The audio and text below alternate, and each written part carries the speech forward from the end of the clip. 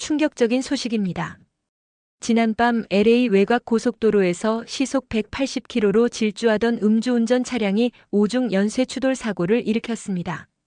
목격자들에 따르면 현장에 있던 대부분의 차량은 심하게 파손되었으나 그 가운데 유일하게 심각한 손상을 피한 차량이 있었다고 하는데요. 놀랍게도 그 차는 바로 현대 제네시스 GV80으로 운전자는 한국인 자동차 기술자로 밝혀졌습니다.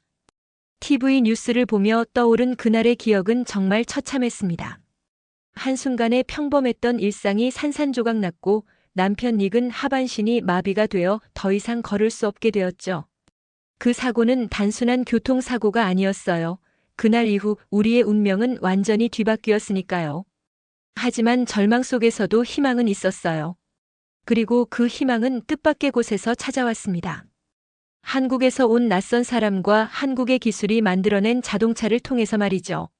안녕하세요. 저는 에바 모건입니다. LA 근교에서 남편 닉, 딸 엘라와 함께 살고 있어요. 부동산 투자자로 일하며 평범한 일상을 보내던 저희 가족에게 일어난 믿을 수 없는 이야기를 들려드리겠습니다. 저는 사무실 창밖으로 오렌지빛 노을을 바라보며 한숨을 내쉬었습니다. 시계는 이미 저녁 8시를 가리키고 있었죠. 부동산 투자자로 일하는 제 삶은 숫자와의 끝없는 전쟁이었어요. 오늘도 마감에 쫓기며 보고서를 마무리하고 있었습니다. 컴퓨터 화면에는 여러 부동산 매물 사진과 가격표가 펼쳐져 있었어요. LA 부동산 시장은 항상 변화무쌍했죠. 클라이언트들은 좋은 투자처를 찾기 위해 저를 믿고 맡겼지만 그만큼 책임감도 컸습니다. 창밖으로 보이는 고층 빌딩들 사이로 노을이 지고 있었어요. 도시의 불빛이 하나둘 켜지기 시작했죠. 남편 닉에게서 전화가 왔어요. 저를 데리러 온다고 했습니다. 하루 종일 컴퓨터 앞에 앉아 지친 저에게는 반가운 소식이었죠. 닉은 항상 그랬습니다.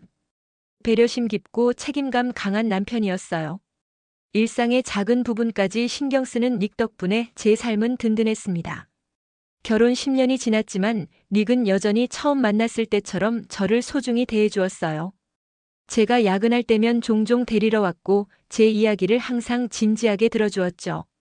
그런 작은 배려들이 우리 결혼 생활을 지탱해주는 힘이었습니다.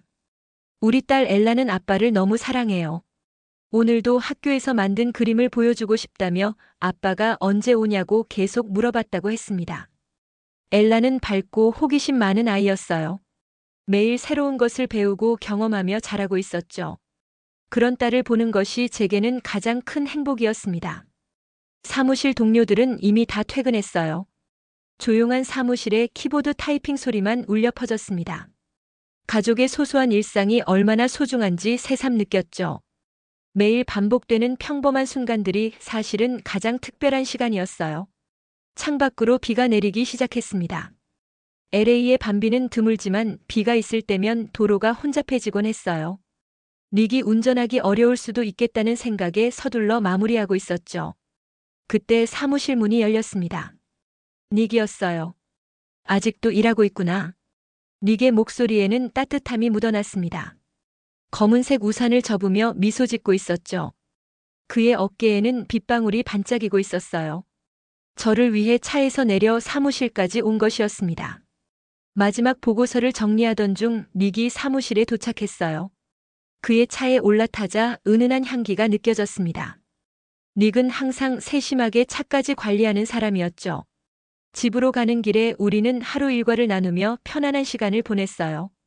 비 오는 도로는 평소보다 더 막혔습니다. 차 유리창에 빗물이 흘러내리는 모습을 바라보며 오늘 있었던 일들을 닉에게 이야기했어요. 어려운 클라이언트와의 미팅, 새로운 부동산 매물, 다음 주에 있을 중요한 계약 건까지. 닉은 항상 제 이야기에 귀 기울여 주었죠. 엘라가 요즘 학교에서 한국 문화에 대해 배우고 있다는 이야기를 닉에게서 들었습니다. 한글도 몇 개 배웠다고 하네요. 다양한 문화를 접하는 것이 엘라에게 좋은 경험이 될 거라고 생각했죠. 닉은 딸이 새로운 것을 배우는 모습을 보는 것을 좋아했어요. 항상 엘라의 호기심을 존중하고 격려해 주었죠. 엘라가 한국 음식도 먹어보고 싶대. 주말에 한식당에 가볼까? 닉이 제안했어요. 우리 가족은 새로운 경험을 함께 하는 것을 좋아했죠. 그런 작은 모험들이 우리를 더 단단하게 이어주었던 것 같아요. 집에 거의 다 왔을 때 닉의 회사에서 급한 연락이 왔어요. 저는 집이 가까우니 내려서 걸어가겠다고 했습니다. 닉은 미안해하며 금방 돌아오겠다고 했죠. 그가 떠나는 모습을 바라보며 왠지 모를 불안감이 들었어요. 그저 평범한 저녁이었는데도 말입니다. 비가 더 세차게 내리기 시작했습니다. 우산을 꼭 쥐고 집으로 걸어가는 동안 빗소리만 들렸어요. 어둠 속에서 가로등 불빛이 빗방울에 반사되어 아름답게 빛났죠. 그 순간만큼은 일상의 아름다움을 만끽하고 있었습니다. 그때까지만 해도 몇 시간 후에 제 삶이 완전히 바뀔 거라고는 상상도 못했어요. 집에 들어가자 엘라가 달려와 저를 반겨주었습니다. 그 작은 품에서 하루의 피로가 씻겨 내려갔어요. 아빠가 어디 있냐는 엘라의 질문에 금방 올 거라고 대답했습니다. 그때까지만 해도 정말 그럴 거라고 생각했죠. 저녁을 준비하면서 닉에게 메시지를 보냈어요. 언제 돌아올지 물었죠. 하지만 응답이 없었습니다. 회사 일에 몰두하고 있나 보다 생각했어요. 엘라와 함께 저녁을 먹고 숙제를 도와주고 잠자리에 들 준비를 했습니다. 하지만 여전히 닉의 연락은 없었어요. 시간이 흘러도 닉에게서 연락이 없었습니다. 처음에는 회사 일이 길어졌나 싶었어요. 전화를 걸고 문자도 보냈지만 응답이 없었죠. 보통 닉은 바쁘더라도 제 연락에는 바로 답했기에 불안감이 커져갔습니다. 저녁 10시, 11시가 지나도 소식이 없었어요. 창밖으로는 비가 그치고 달빛이 드리워져 있었죠. 조용한 밤이었지만 제 마음은 점점 더 혼란스러워졌습니다. 무언가 잘못됐다는 느낌이 강하게 들었어요. 엘라는 이미 잠들었고 집안은 조용했어요. 창밖으로는 어둠만 가득했습니다. 시계는 자정을 가리키고 있었죠. 닉에게 무슨 일이 생긴 걸까? 경찰에 신고할지 고민하던 찰나에 전화벨이 울렸어요. 낯선 번호였습니다. 심장이 빠르게 뛰기 시작했죠. LA 중앙병원에서 온 전화였어요. 닉이 교통사고를 당해 현재 응급실에 있다고 했습니다. 그 순간 세상이 멈춘 것 같았어요. 간신히 목소리를 내어 닉의 상태를 물었죠. 현재 수술 중이니 빨리 병원으로 오라는 답변만 들었습니다. 수화기를 내려놓자 손이 떨렸어요. 사고라니 믿기지 않았습니다.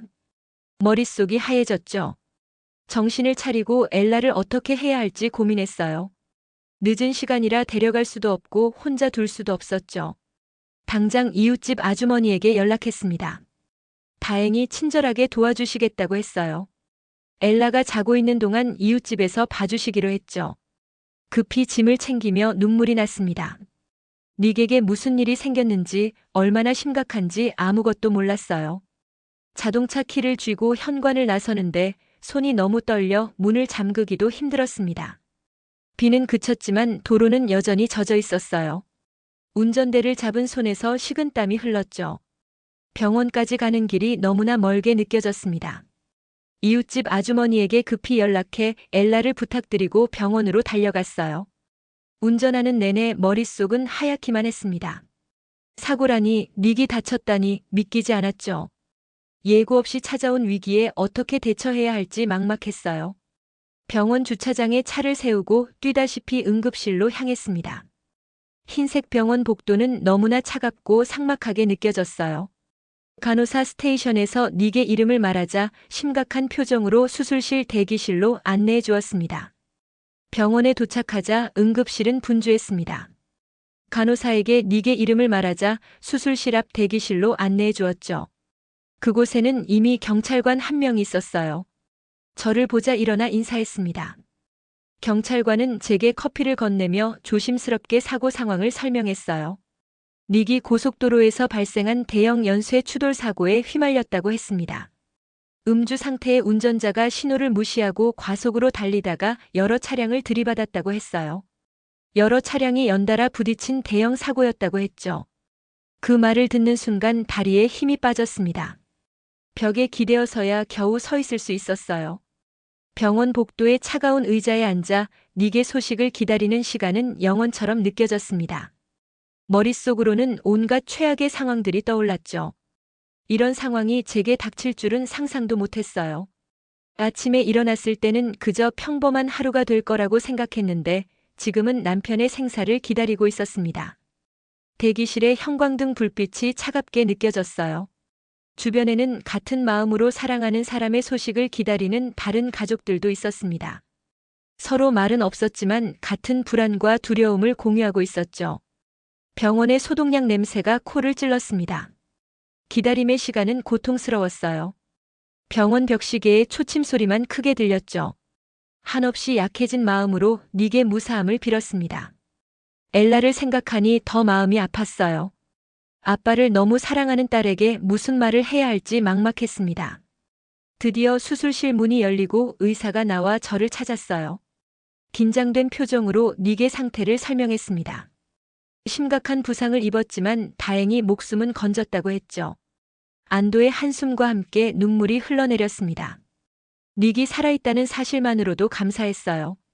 하지만 의사의 표정이 여전히 심각했습니다. 닉의 상태가 안정되었지만 아직 위험한 고비를 넘기지 못했다고 했어요. 추가 검사와 수술이 필요하다는 말에 가슴이 무거워졌죠. 하지만 지금은 그가 살아있다는 사실에 감사할 수밖에 없었습니다. 의사가 저를 조용한 상담실로 안내했습니다. 그곳에서 닉의 상태에 대한 충격적인 진실을 듣게 됐어요. 닉은 시속 180km의 속도로 질주하던 음주운전 차량에 의해 추돌당했다고 했죠. 차량은 완전히 파손되었다고 합니다. 그 말을 듣자마자 온몸에 힘이 빠졌어요.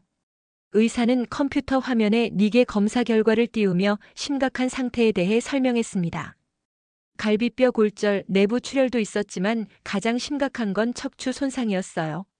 의학 용어들이 계속 이어졌지만 제 귀에는 제대로 들어오지 않았습니다.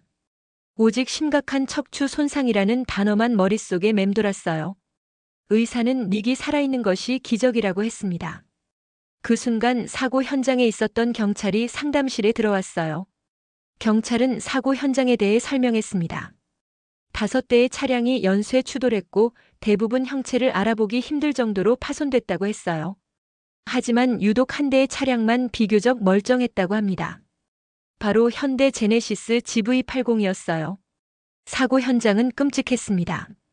총 5대의 차량이 연쇄 추돌했는데 대부분 형체를 알아보기 힘들 정도로 파손됐죠. 경찰의 말에 따르면 그 제네시스가 닉의 차와 음주운전자의 차 사이에서 일종의 방패 역할을 했다고 했습니다. 그 한국차의 견고한 차체가 충격의 상당 부분을 흡수한 거였어요. 만약 그 차가 없었다면 닉의 상태는 지금보다 훨씬 심각했을 거라고 했죠. 15년 넘게 근무한 경찰도 이런 경우는 처음 봤다며 놀라워했습니다.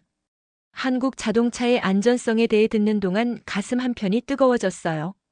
그 차가 없었다면 닉은 아마 생각하기도 싫었습니다. 우리 가족의 운명이 완전히 달라졌을 거예요.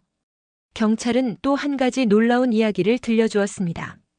그 제네시스 운전자가 사고 직후 자신도 다쳤음에도 불구하고 다른 피해자들을 구하기 위해 적극적으로 도왔다고 했어요.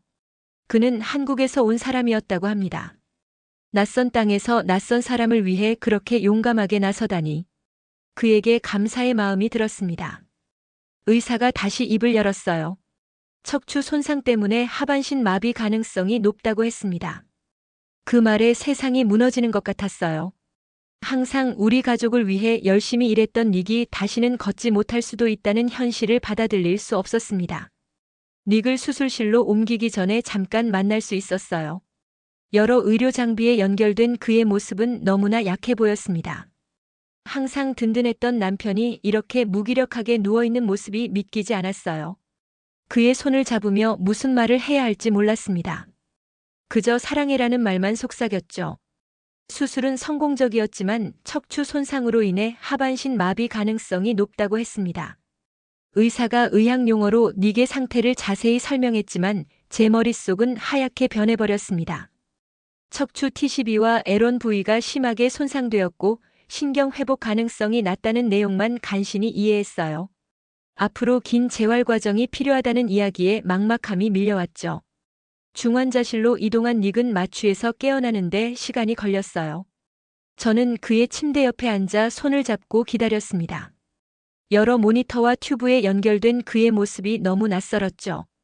한때 활기차고 강했던 남편이 이렇게 약해진 모습을 보니 가슴이 찢어지는 것 같았어요. 닉이 의식을 되찾았을 때 그의 눈에는 혼란과 두려움이 가득했습니다. 상황을 이해하지 못하는 듯 했어요. 저는 용기를 내어 사고에 대해 설명했지만 하반신 마비 가능성에 대해서는 아직 말하지 못했죠. 닉의 첫 마디는 엘라에 관한 것이었어요. 언제나 가족을 먼저 생각하는 닉다운 모습이었습니다. 저는 엘라가 이웃집에서 잘 지내고 있다고 안심시켰어요. 아직 엘라에게는 사고 소식을 자세히 말하지 않았다고 덧붙였죠. 그때 닉이 자신의 다리를 움직이려 했어요. 하지만 반응이 없었습니다. 그의 얼굴에 공포가 스쳐 지나갔죠. 그 순간 무슨 말을 해야 할지 몰랐어요. 그저 그의 손을 잡고 함께 있었을 뿐입니다. 닉이 다리가 움직이지 않는다고 말했을 때 더 이상 진실을 숨길 수 없었어요. 의사가 들어와 상황을 설명했습니다. 척추 손상으로 인한 하반신 마비라는 진단이 확인됐죠. 닉의 얼굴에서 모든 희망이 사라지는 것을 지켜보는 것은 너무나 고통스러웠어요. 닉은 이것이 일시적인 것인지 물었습니다. 의사는 솔직하게 완전한 회복은 기대하기 어렵다고 말했어요. 그 말을 듣는 닉의 눈에 눈물이 고였습니다. 저도 함께 울었죠. 그날 밤 병실에는 무거운 침묵만 흘렀어요. 닉은 거의 말을 하지 않았고 저는 그의 곁에 앉아 그저 함께 있어주는 것밖에 할 수 없었습니다. 내가 그를 데리러 가지 않았더라면, 내가 그를 회사로 돌려보내지 않았더라면, 자책의 생각들이 끊임없이 머릿속을 맴돌았어요. 다음 날 아침 엘라를 데리러 갔습니다. 딸에게 어떻게 설명해야 할지 고민이 됐어요. 7살 아이에게 아빠가 다시는 걷지 못할 수도 있다는 사실을 어떻게 말해줄 수 있을까요? 엘라는 아빠가 보고 싶다며 계속 물어봤습니다. 저는 엘라에게 아빠가 사고가 나서 병원에 있다고 간단히 설명했어요. 아이의 눈에 눈물이 고이는 것을 보며 가슴이 아팠습니다. 엘라가 아빠가 괜찮을지 물었을 때 시간이 좀 걸리겠지만 괜찮아질 거라고 대답했어요. 하지만 제 마음속에는 불확실함이 가득했죠. 엘라에게는 아직 진실을 모두 말하지 못했습니다. 아이가 감당하기에는 너무 큰 현실이었으니까요. 병원으로 돌아가는 길에 마음을 다잡으려 했지만 쉽지 않았습니다. 한순간에 우리 가족의 삶이 완전히 바뀌었어요. 앞으로 어떻게 살아가야 할지, 닉을 어떻게 도와야 할지 막막했죠. 하지만 닉과 엘라를 위해서라도 무너질 수 없었습니다. 병원에 도착했을 때 간호사가 이준호가 다시 방문했다고 알려주었어요. 닉에게 꽃과 과일 바구니를 두고 갔다고 합니다. 낯선 사람이 보여준 그 따뜻한 배려가 위로가 되었어요. 다음 날 이준호가 다시 병원을 찾았습니다. 그는 자신의 차량 블랙박스 영상을 가져왔어요. 사고 당시 상황이 담긴 영상을 통해 음주운전자의 차가 얼마나 위험하게 달려왔는지 그리고 제네시스가 어떻게 닉의 차를 보호했는지 볼 수 있었습니다. 영상에는 충격적인 장면이 담겨 있었어요. 음주운전자의 차가 고속으로 달려와 제네시스를 들이받는 순간 제네시스가 충격을 흡수하며 닉의 차를 보호하는 모습이 보였습니다. 이준호의 설명에 따르면 그가 핸들을 급하게 꺾어 닉의 차를 보호하려 했다고 해요. 그의 빠른 판단과 용기가 닉의 생명을 구했다는 사실에 깊은 감사함을 느꼈습니다. 이준호는 겸손하게 자신이 그런 상황에서 할 수 있는 최선이었다고 말했어요. 낯선 한국인 청년이 우리 가족에게 이렇게 큰 도움을 주다니 정말 놀라운 일이었죠. 그의 방문은 저에게 작은 위로가 되었어요. 낯선 땅에서 이렇게 도움의 손길을 내밀어주는 사람이 있다는 것이 감사했습니다. 닉이 병원에 입원한 지 일주일이 지나면서 그의 상태는 안정되었지만 하반신은 여전히 움직이지 않았습니다.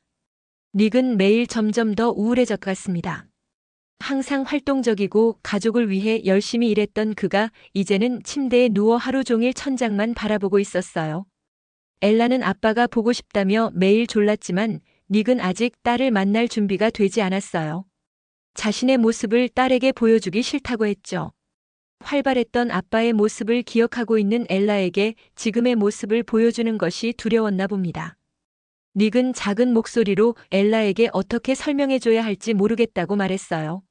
저도 같은 고민을 하고 있었죠. 아이에게 이런 상황을 어떻게 이해시킬 수 있을까요? 아빠가 더 이상 놀이터에서 함께 뛰어놀 수 없다는 사실을 어떻게 받아들일 수 있을까요?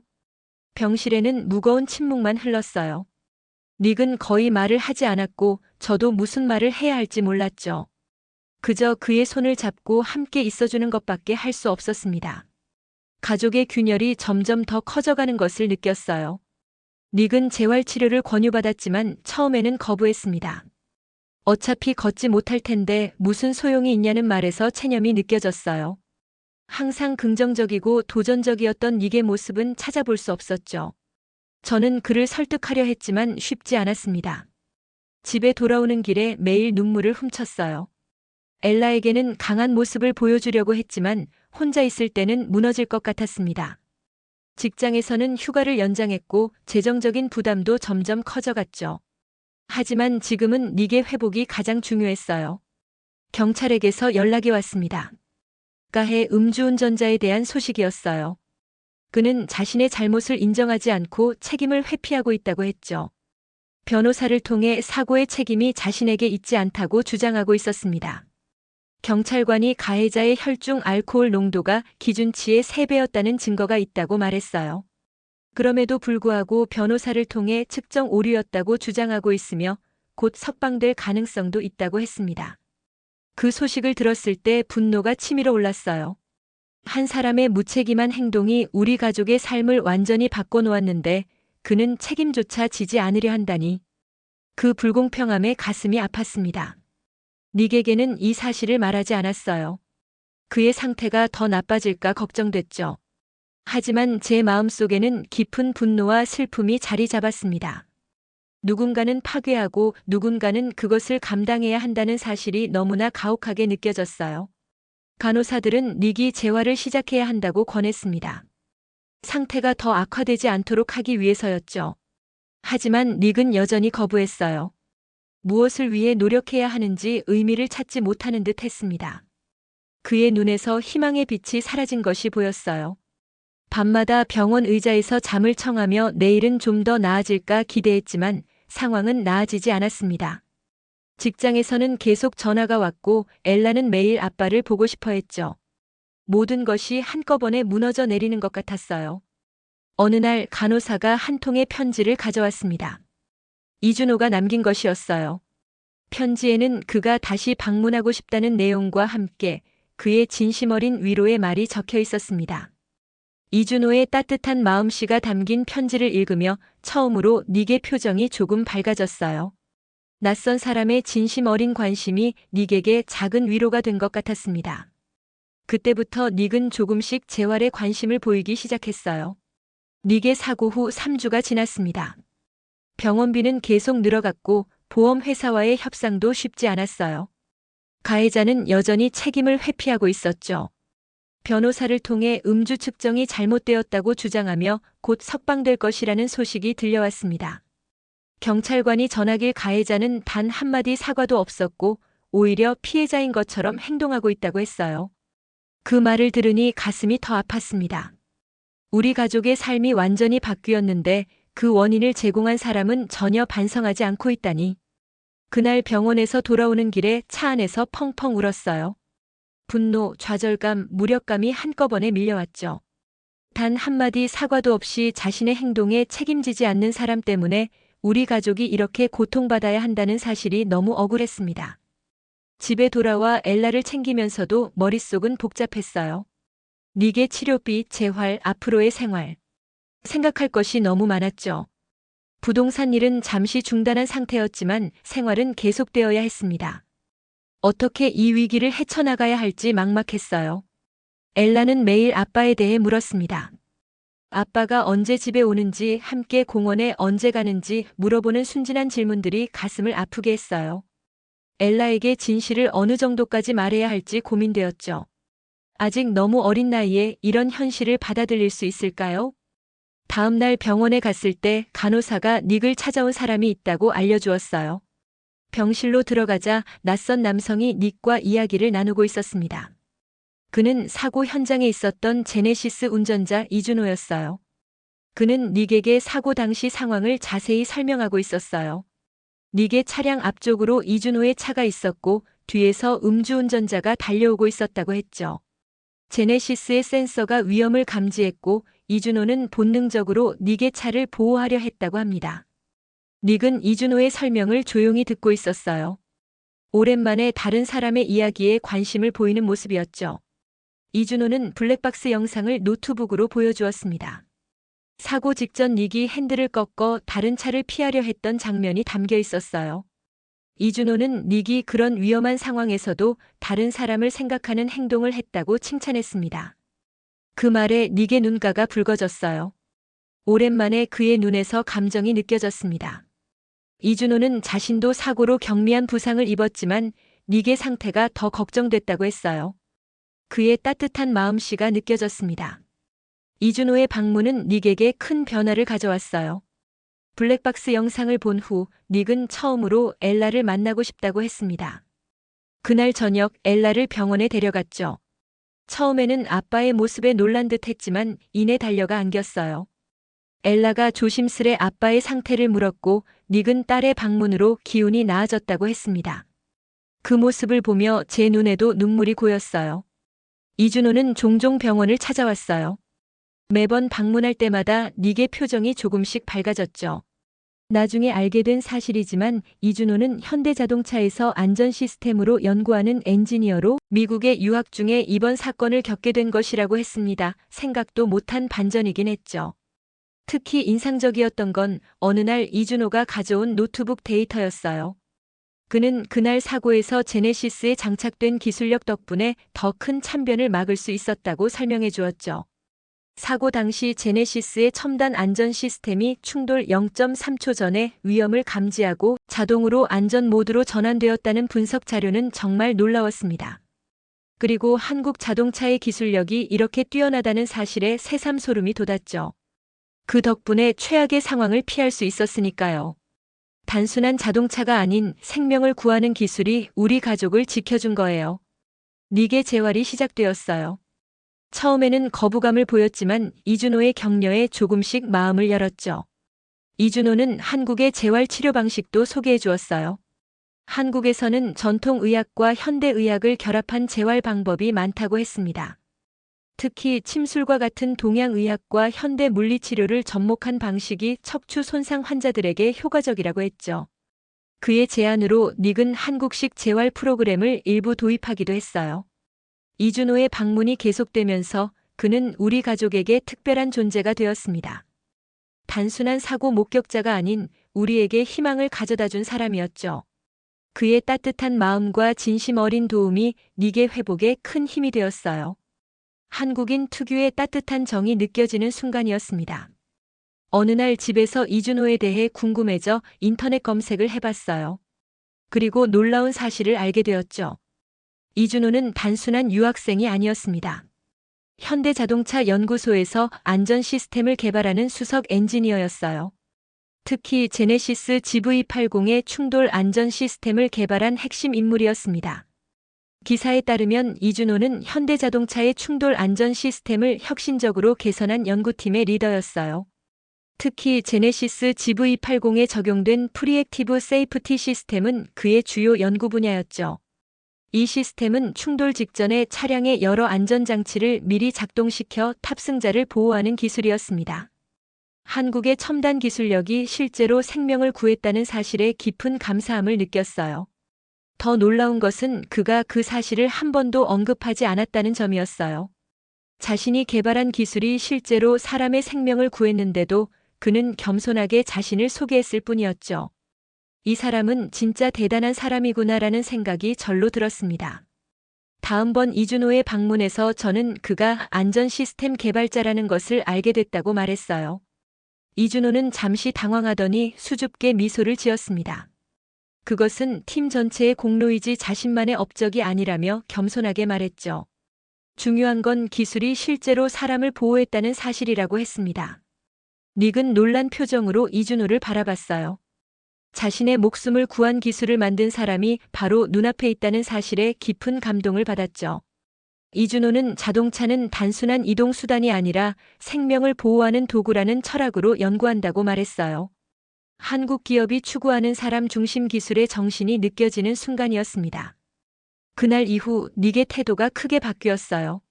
재활에 더 적극적으로 참여하기 시작했고 자신도 다른 사람들을 도울 수 있는 방법을 찾기 시작했죠. 이준호는 닉의 재활을 돕기 위해 한국의 전문 의료진과 화상 상담을 주선해주기도 했어요. 닉은 한국 의사들이 환자를 단순한 환자가 아닌 한 사람으로 대한다는 느낌이 든다고 말했어요. 한국의 선진 의료 기술과 따뜻한 마음이 대서양을 건너 우리에게 도움을 주었습니다. 닉의 재활이 3개월째 접어들었어요. 의사들의 예상대로 하반신 마비는 회복되지 않았지만 닉은 휠체어 생활에 조금씩 적응해 나갔습니다. 이준호는 여전히 주기적으로 병원을 찾아왔죠. 그는 이제 우리 가족의 일부처럼 느껴졌어요. 어느 날 이준호가 흥미로운 제안을 가지고 왔습니다. 현대자동차 미국 지사에서 안전 캠페인을 준비 중인데 닉의 사례가 큰 관심을 받고 있다고 했어요. 자동차의 안전성이 실제로 생명을 구한 사례로 캠페인에 참여해달라는 제안이었죠. 단순한 광고가 아니라 실제 경험을 통해 안전의 중요성을 알리는 교육 프로그램이라고 설명했습니다. 처음에 닉은 망설였어요. 아직 자신의 상태를 대중에게 보여줄 준비가 되지 않았다고 했죠. 하지만 자신의 경험이 다른 가족들의 생명을 구할 수 있고 안전한 차를 선택하는 것의 중요성을 알릴 수 있다는 이준호의 말에 결국 동의했습니다. 닉의 표정에서 오랜만에 목적의식을 보았어요. 닉은 캠페인에서 자신의 경험을 나누며 안전운전의 중요성을 강조했습니다. 특히 한국 자동차 제네시스의 안전기술이 어떻게 자신의 생명을 구했는지 솔직하게 이야기했죠. 저도 캠페인에 함께 참여해 안전을 우선시하는 선택이 가족의 생명을 지킬 수 있다는 메시지를 전달했어요. 캠페인은 미국에서 큰 반향을 일으켰습니다. 많은 사람들이 닉의 이야기에 감동받았고 언론에서도 관심을 보였어요.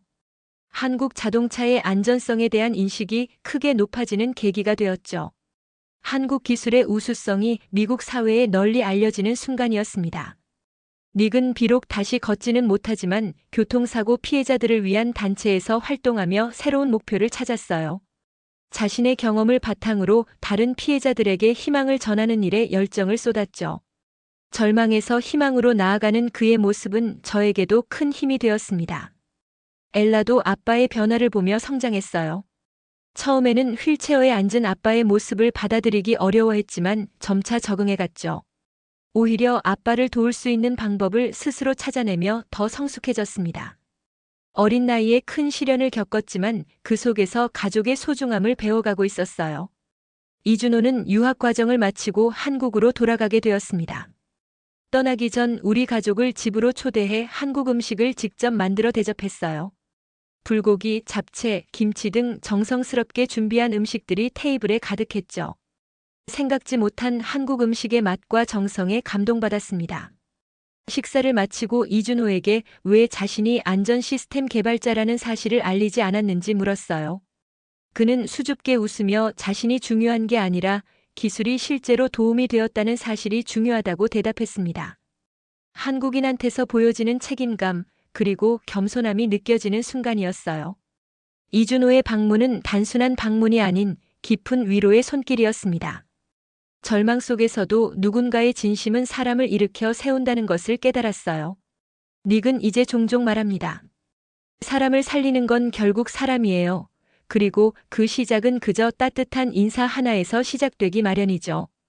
이준호의 첫 방문이 우리 가족에게 얼마나 큰 변화를 가져왔는지 되새기는 말이죠. 이준호는 한국으로 돌아가 여전히 조용히 연구소에서 일하고 있어요. 가끔 소식을 전해오는데 그는 여전히 더 안전한 자동차를 만들기 위해 연구에 매진하고 있다고 합니다. 우리 가족의 삶에는 이제 이준호의 따뜻한 정성과 한국의 기술이 남아 있습니다. 제네시스 GV80은 우리에게 단순한 자동차가 아닌 생명을 구한 고마운 존재이자 한국의 기술력과 따뜻한 정신이 담긴 특별한 선물이 되었어요. 앞으로의 길이 쉽지는 않겠지만 우리 가족은 이 경험을 통해 더 강해졌고 소소한 일상의 소중함을 다시 한번 깨닫게 되었습니다. 기술이 전한 진심 그리고 그 진심이 만든 기적, 그것은 바로 한국에서 온 한 사람의 노력이었네요. 오늘도 긴 사연 들어주셔서 감사합니다. 행복한 하루 되세요.